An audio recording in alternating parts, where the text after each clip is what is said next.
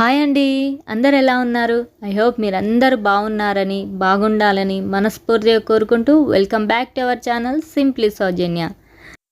మళ్ళీ ఒక మంచి వీడియోతో మేము ముందుకు వచ్చానండి. ఇదైతే ఒక ఆలయం. సో ఎంత బాగుందంటే ఈ ఆలయం సూపర్గా ఉంటుంది. ఆల్మోస్ట్ సిటీలో ఉన్న వాళ్ళకైతే నేను ఏ ఆలయం గురించి మాట్లాడుతున్నానో తెలిసిపోతుంది. నేను సిటీకి వచ్చినప్పటి నుంచి అనుకుంటున్నాను ఈ ఆలయానికి వెళ్దామని. కానీ ఇన్ని సంవత్సరాలకైతే కుదిరింది. టెంపుల్ అయితే చాలా అంటే చాలా బాగుంటుంది. అదండి, మరి ఇంకెందుకు లేట్, నాతో పాటు మీరు కూడా ఈ టెంపుల్ టూర్ని అయితే చూసి ఎంజాయ్ చేయండి. సో వీడియోలోకి వెళ్ళడానికి ముందు మన ఛానల్ని ఫస్ట్ టైం చూస్తే ప్లీజ్ లైక్ చేయండి, షేర్ చేయండి, అలాగే సబ్స్క్రైబ్ చేయండి. సబ్స్క్రైబ్ చేసి అక్కడ బెల్ సింబల్ని క్లిక్ చేసి ఆల్ అనే ఆప్షన్ వస్తుందండి. ఆల్ని ఆన్లో పెట్టుకుంటే నేను పెట్టే వీడియో నోటిఫికేషన్ అయితే మీకు డైరెక్ట్గా వస్తుంది.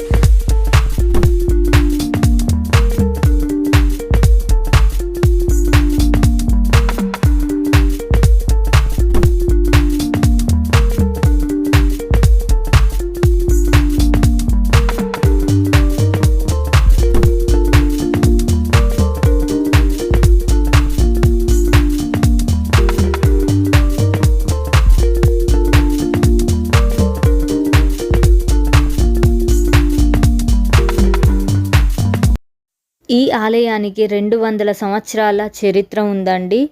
అలాగే ఈ ఆలయం హైదరాబాద్లోని కాచిగూడ రైల్వే స్టేషన్ దగ్గర వీరన్నగుట్ట అనే కొండ మీద అయితే ఉంటుంది. ఈ ఆలయానికి ఇంకో పేరు కూడా ఉందండి. ఈ గుట్ట మీద 200 సంవత్సరాల క్రితం శ్రీ ఆంజనేయ స్వామి, వీరభద్రస్వామి స్వయంభూగా వెలిచారంట. అందువల్లనే ఈ గుట్టను వీరన్నగుట్ట అని కూడా పిలుస్తారు. పూర్వం ఈ ఆలయాన్ని వీరన్నగుట్టగానే పిలిచేవారు. తర్వాత శ్యామ్ మందిర్గా మార్చబడింది. ఎందుకు మార్చబడింది ఏంటి అనేది అయితే ఫుల్గా ఈ వీడియోలో తెలుసుకుందాం.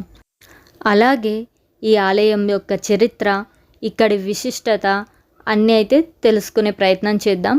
ప్లీజ్ అండి, ఈ వీడియోని ఎక్కడా కూడా స్కిప్ చేయకండి. చివరి వరకు చూస్తే ఫుల్ ఇన్ఫర్మేషన్ అయితే దొరుకుతుంది మీకు. ముందైతే ఈ ఆలయం యొక్క చరిత్ర తెలుసుకుందాం. సో ఈ ఆలయానికి 200 ఏళ్ళ చరిత్ర ఉందని చెప్పాను కదా. సో ఈ ఆలయం అయితే 1991 వరకు కూడా ఎలాంటి అభివృద్ధి చెందకుండా ఉండిపోయింది. 1992లో ఈ ఆలయాన్ని శ్రీ శ్యామ్ మందిర్ సేవా సమితి ఆధ్వర్యంలో అయితే నిర్మించడం జరిగింది.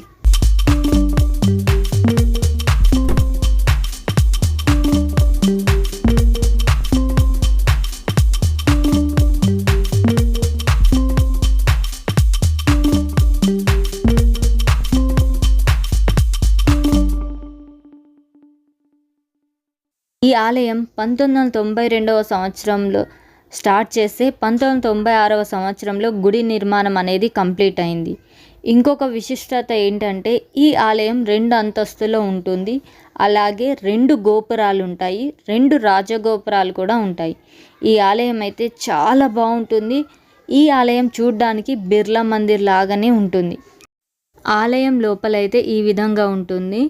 ఆలయం లోపలికి ఎంట్రీ అయ్యే ముందు మన కుడి చేతు వైపేమో ఆంజనేయ స్వామి, ఎడమ చేతు వైపేమో గరుడ్మంతుడు అయితే స్వాగతం చెప్తూ ఉంటారు. లోపలైతే ఆర్కిటెక్చర్ చాలా బాగుంటుంది. సో లోపలికి ఎంట్రీ అవ్వగానే లెఫ్ట్ సైడు, రైట్ సైడు 2 సైడ్లో అయితే మనకి మెట్లు ఉంటాయి. సో రైట్ సైడ్ వెళ్తుంటేనేమో మనకి లిఫ్ట్ అయితే ఉంటుందండి. లిఫ్ట్ సహాయంతోనైతే మనం పైకి వెళ్ళొచ్చు. అలాగే లెఫ్ట్ సైడ్కి వచ్చేసి మెట్లకి వెళ్ళగానే మనకి ఎదురుగా కనబడేది విఘ్నేశ్వర స్వామి టెంపుల్. సో విఘ్నేశ్వర స్వామి దగ్గరికి వెళ్ళి దర్శనం చేసుకుంటే మనకు సైడ్ నుంచి అయితే మెట్లు ఉంటాయండి. సరిన వెళ్తే అయితే మనకు ఆ దేవుని దర్శనం అయితే అవుతుందండి. చూడండి, ఇక్కడ కృష్ణుడి విగ్రహం కూడా ఎంత బాగుందండి.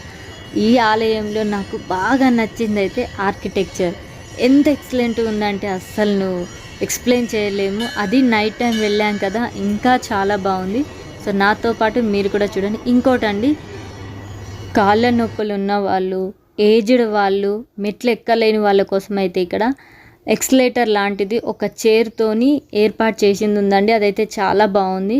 సో టెంపుల్ లోపలికి వచ్చిన తర్వాత లోపల చూడండి, అసలు ఎంత బాగుందండి. ఆ ఆర్కిటెక్చర్ చూస్తుంటే చూడాలనిపిస్తుంది, అసలు కళ్ళు తిప్పుకోలేము, అంత బాగుంది టెంపుల్ అయితే. లోపల ఎలా ఉందో ఒకసారి చూసేద్దాం, అలాగే ఆ శ్యామ్ లల్లాని కూడా దర్శించుకుందాం.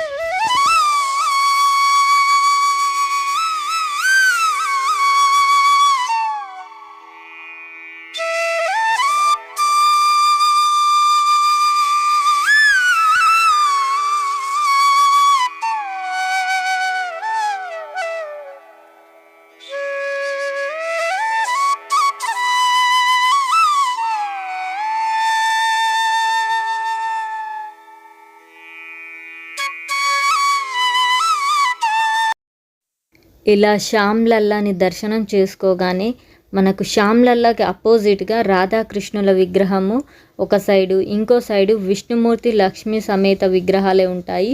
అవి పాలరాతులతో చేయబడినాయండి, చాలా అంటే చాలా బాగున్నాయి. అలాగే మనం దర్శనం చేసుకొని బయటకి రాగానే కింద కనకదుర్గమ్మ వారైతే ఉంటారు. సో ఈ అమ్మవారేనండి. అక్కడ దర్శనం చేసుకొని వస్తుంటే మనకు ఇక్కడ ఆ శివయ్య అయితే లింగ రూపంలో మనకు దర్శనం ఇస్తాడండి. ఇక్కడ కూడా టెంపుల్ చాలా బాగుంది. ఇక్కడ శివయ్యని దర్శనం చేసుకోగానే పక్కనే ఆ ఆంజనేయ స్వామి టెంపుల్ ఉంటుంది. ఈ ఆలయంలో ఉపాలయాలు అయితే చాలా ఉన్నాయండి. సో భుజస్తంభం, ఇది ఆ ఆంజనేయ స్వామి టెంపుల్కి ఎదురుగా అయితే భుజస్తంభం ఉంటుంది. సో ఇక్కడ నుంచి చూడండి ఆ వీరన్ ఎంత బాగా కనబడుతుండు, అదేనండి ఆంజనేయ స్వామి. ఆంజనేయ స్వామి దర్శనం చేసుకొని లోపటి నుంచే మనకి బయటకు వెళ్ళే రూట్ ఉంటుందండి.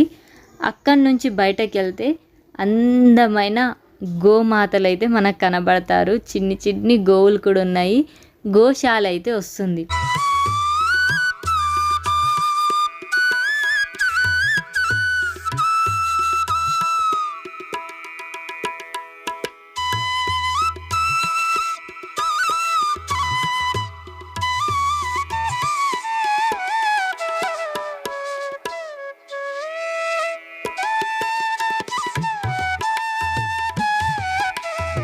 సో గోశాలలో చూడండి ఎంత బాగున్నాయో. గోసేవ చేయాలనుకుంటే హ్యాపీగా వెళ్ళి చేయొచ్చండి. అక్కడ మనకు వాటికి పెట్టే ఆహారం కూడా లభిస్తుంది. ఇంత అని డబ్బులు అవసరం లేదండి, మనం ఎంత ఇస్తే అంత తీసుకొని మనకు అక్కడైతే పచ్చిగడ్డి అనేది ఇస్తున్నారు. సో వాటికి హ్యాపీగా తినిపించేసి మిగిలిన ఆలయాల దర్శనాలకైతే వెళ్ళిపోయామండి. ఇక్కడ గోశాల నుంచి బయటకి రాగానే మనకు నవగ్రహాలు ఉంటాయండి, నవగ్రహాల టెంపుల్, అలాగే సుబ్రహ్మణ్య స్వామి టెంపుల్ ఉంటుంది. సో ఇక్కడున్న చెట్టుకి టెంకాయ ముడుపు కట్టడం వల్ల కోరుకున్న కోరికలు మరియు సంతాన భాగ్యం లేని వారికి సంతాన భాగ్యం కలుగుతుందని ఇక్కడి భక్తుల నమ్మకం. మనమైతే అన్ని దేవుళ్ళ దర్శనం అయిపోయిందండి. ఇప్పుడు ఈ ఆలయంలో కార్తీక మాసంలో, అది కూడా శుక్లపక్ష ఏకాదశి రోజున చాలా బాగా అయితే పూజ జరుగుతుంది. కార్తీక మాసం ఏకాదశి గోవర్ధన పూజలు ఘనంగా అయితే జరపబడతాయి ఇక్కడ. అలాగే ఏకాదశి రోజున 24 గంటల ఆలయం తెరిచే ఉంటుంది. ఇక్కడ ప్రతిరోజు అన్నదాన సేవ కూడా జరుగుతుందండి. వాటి టైమింగ్ వచ్చేసి 11 గంటల నుంచి 3 గంటల వరకు అయితే అన్నదానం జరుగుతుంది. ఈ ఆలయంలో మనకి సీజన్ని బట్టి కూడా దర్శనం టైమింగ్స్ ఉన్నాయండి. వింటర్లోనేమో ఉదయం 5:30 నుంచి మధ్యాహ్నం 1 గంటల వరకు, మళ్ళీ సాయంత్రం 4 గంటల నుంచి 9 గంటల వరకు అయితే దర్శనం జరుగుతుంది. సమ్మర్లో వచ్చేసి ఉదయం 4:30 నుంచి మధ్యాహ్నం 12:30 వరకు, సాయంత్రం ఏమో 4 గంటల నుంచి 10 గంటల వరకు దర్శించుకోవచ్చు ఈ శ్యామ్ లల్లాని. నైట్ టైం లైట్లతో ఎంత బాగుందో కదా ఈ వ్యూ. సో ఈ వీడియో ఇంతటితో ముగిస్తున్నానండి. ఒక మంచి వీడియోతో మళ్ళీ కలుసుకుంటాను. ఉంటాను. Bye bye, take care.